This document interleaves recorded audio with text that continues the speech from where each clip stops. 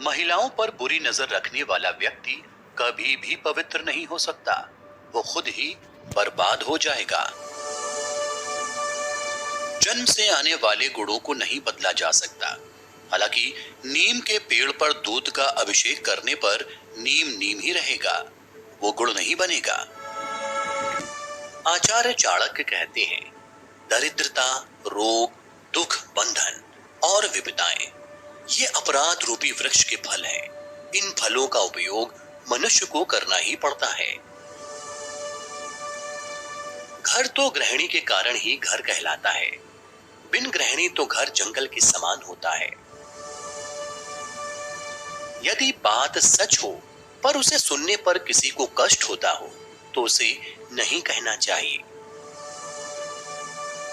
यदि कोई आदमी कोई बात किसी ऐसी जगह कहता है जहां वो बात नहीं कही जानी चाहिए, या ऐसे समय पर कहता है जब वो बात नहीं कही जानी चाहिए, कोई ऐसी बात कहता है जो अशुभ है या किसी को प्रिय नहीं लगती, या जिससे उसका ही ओछापन प्रकट होता है, या जिसे कहने का कोई कारण नहीं है, तो वो बात बात नहीं रहती, उसे विष समझना चाहिए।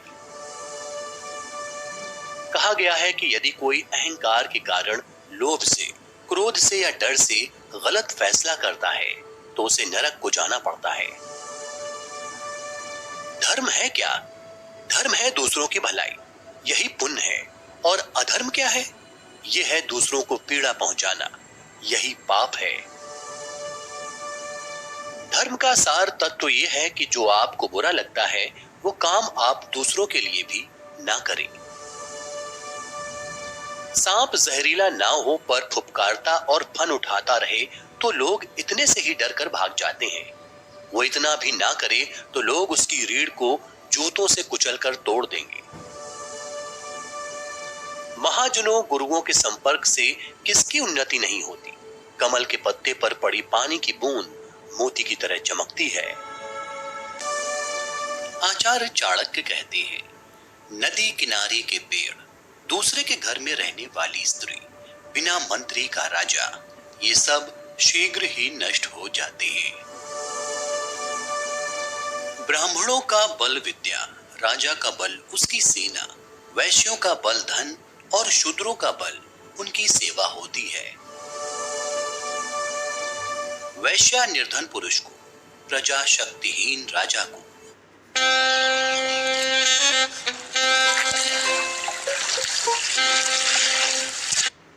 पक्षी फलहीन पेड़ को और अतिथि भोजन के बाद घर को छोड़ देता है। दुराचारी, बुरी दृष्टि रखने वाला, बुरे स्थान पर रहने वाला और स्वभाव से दुष्ट व्यक्ति जिससे मित्रता करता है वो शीघ्र नष्ट हो जाता है। किसके कुल में दोष नहीं, किसको रोग ने पीड़ा नहीं दी है, किसको कष्ट नहीं मिला और कौन सदा सुखी रहता है, अर्थात ऐसा कोई नहीं है। अच्छा आचरण कुल का परिचय देता है, बोली देश का परिचय देती है, सम्मान स्नेह को प्रकट करता है और शरीर भोजन को प्रकट करता है।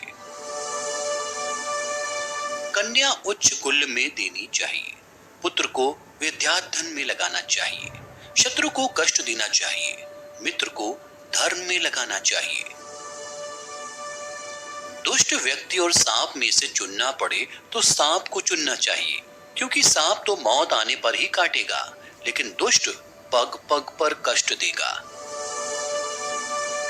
रूप यौवन से संपन्न और उच्च कुल में उत्पन्न विद्याहीन पुरुष उसी प्रकार शोभा नहीं दे पाते जिस प्रकार सुगंध रहित टेसू का फूल। कुल के भले के लिए एक का त्याग कर देना चाहिए, गांव के भले के लिए कुल का, जनपद के भले के लिए गांव का और अपने भले के लिए पृथ्वी का भी त्याग करना पड़े तो कर देना चाहिए। आचार्य चाणक्य कहते हैं, जिस प्रकार एक सूखे पेड़ को अगर आग लगा दी जाए तो वो पूरा जंगल जला देता है, उसी प्रकार एक पापी पुत्र पूरे परिवार को बर्बाद कर देता है। कभी भी उनसे मित्रता मत कीजिए जो आपसे कम या ज्यादा प्रतिष्ठा के हों। ऐसी मित्रता कभी आपको खुशी नहीं देगी। वो जो हमारे चिंतन में रहता है वो करीब है, भले ही वास्तविकता में वो बहुत दूर ही क्यों ना हो।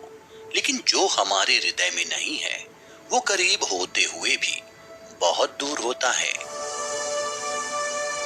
व्यक्ति अकेले पैदा होता है और अकेले मर जाता है, और वो अपने अच्छे और बुरे कर्मों का फल खुद ही भुगतता है। वो अकेले ही नरक या स्वर्ग में जाता है।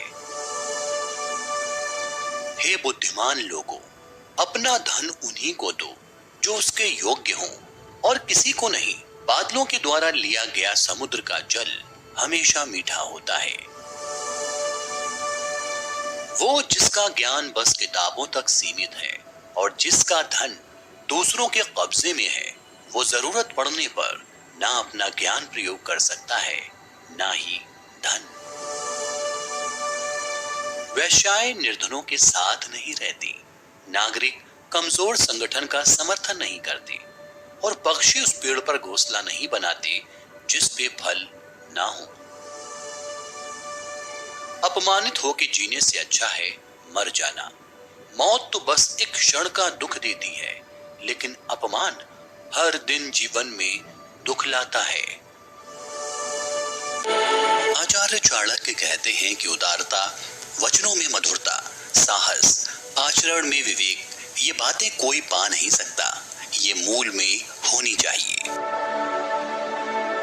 जो अपने समाज को छोड़कर दूसरे समाज को जा मिलता है, वो उसी राजा की तरह नष्ट हो जाता है जो अधर्म के मार्ग पर चलता है। हाथी का शरीर कितना विशाल है, लेकिन एक छोटे से अंकुश से नियंत्रित हो जाता है। एक दिया घने अंधकार का नाश करता है, क्या अंधेरे से दिया बड़ा है? एक कड़कती हुई बिजली एक पहाड़ को तोड़ देती है, क्या बिजली पहाड़ जितनी विशाल है? जी नहीं, बिल्कुल नहीं। वही बड़ा है जिसकी शक्ति छा जाती है। इससे कोई फर्क नहीं पड़ता कि आकार कितना है। जो घर गृहस्थी के काम में लगा रहता है वो कभी ज्ञान प्राप्त नहीं कर सकता। मांस खाने वाले के हृदय में दया नहीं हो सकती। लोभी व्यक्ति कभी सत्य भाषण नहीं कर सकता, और एक शिकारी में कभी शुद्धता नहीं हो सकती। एक दुष्ट व्यक्ति में कभी पवित्रता उदित नहीं हो सकती, उसे चाहे जैसे समझ लो। नीम का वृक्ष कभी मीठा नहीं हो सकता, आप चाहे उसकी शिखा से मूल तक घी और शक्कर छिड़क दें। आप चाहे 100 बार पवित्र जल में स्नान करें, आप अपने मन का मैल नहीं धो सकते। उसी प्रकार जिस प्रकार मदिरा का पात्र पवित्र नहीं हो सकता, चाहे आप उसे गर्म करके सारी मदिरा की भाप बना दें। आचार्य चाणक्य कहते हैं, जब आप किसी काम की शुरुआत करें तो असफलता से मत डरें और उस काम को ना छोड़ें। जो लोग ईमानदारी से काम करते हैं वो सबसे प्रसन्न होते हैं। जो सुख शांति व्यक्ति को आध्यात्मिक शांति के अमृत से असंतुष्ट होने पे मिलती है, वो लालची लोगों को बेचैनी से इधर उधर घूमने से नहीं मिलती। यदि किसी का स्वभाव अच्छा है तो उसे किसी और गुण की क्या जरूरत है? यदि आदमी के पास प्रसिद्धि है तो भला उसे और किसी श्रृंगार की क्या आवश्यकता है? सेवक को तब परखें जब वो काम ना कर रहा हो, रिश्तेदार को किसी कठिनाई में, मित्र को संकट में और पत्नी को घोर विपत्ति में। हर मित्रता के पीछे कोई ना कोई स्वार्थ होता है। ऐसी कोई मित्रता नहीं जिसमें स्वार्थ ना हो, ये कड़वा सच है। भगवान मूर्तियों में नहीं, आपकी अनुभूति आपका ईश्वर है, आत्मा आपका मंदिर है। कोई व्यक्ति अपने कार्यों से महान होता है, अपने जन्म से नहीं। सबसे बड़ा गुरु मंत्र है, कभी भी अपने राज दूसरों को मत बताएं, यह आपको बर्बाद कर देगा। इस बात को व्यक्त मत होने दीजिए कि आपने क्या करने के लिए सोचा है। बुद्धिमानी से इसे रहस्य बनाए रखिए और इस काम को करने के लिए दृढ़ रहिए। पृथ्वी सत्य की शक्ति द्वारा समर्थित है। ये सत्य की शक्ति ही है जो सूरज को चमक और हवा को वेग देती है। दरअसल सभी चीजें सत्य पर निर्भर करती हैं। आचार्य चाणक्य कहते हैं कि महिलाओं के लिए उनकी सबसे बड़ी ताकत होती है मधुर वाणी। इसके अलावा चाणक्य ने महिलाओं के सौंदर्य को भी उनकी शक्ति बताया है, लेकिन मधुर वाणी के आगे शारीरिक सुंदरता को कम आंका जाता है, जो उचित है। मधुर वाणी के दम पर स्त्रियां हर किसी को अपना मुरीद बना लेती हैं। मधुर बोलने वाली स्त्री का हर जगह सम्मान होता है। स्त्री का ये गुण कुल का मान बढ़ाता है और इससे शक्ति की बदौलत घर की कई पीढ़ियों को अच्छे संस्कार मिलते हैं। एक राजा की ताकत क्या होती है? राजा का लंबे समय तक सत्ता में रहना उसके खुद के बाहुबल पर निर्भर करता है। राजा के पास तमाम मंत्री संतरी होते हैं, बावजूद इसके अगर राजा दुर्बल है तो वो ज्यादा दिन तक राजगद्दी पर नहीं टिक सकता। राजा खुद शक्तिशाली होगा तो अपने शासन को भी ठीक तरीके से चला पाएगा। शासक के तौर पर समझें तो जब तक शासक मानसिक और शारीरिक तौर पर मजबूत नहीं होगा तो ना ही व्यवस्था ठीक होगी और ना ही राज्य तरक्की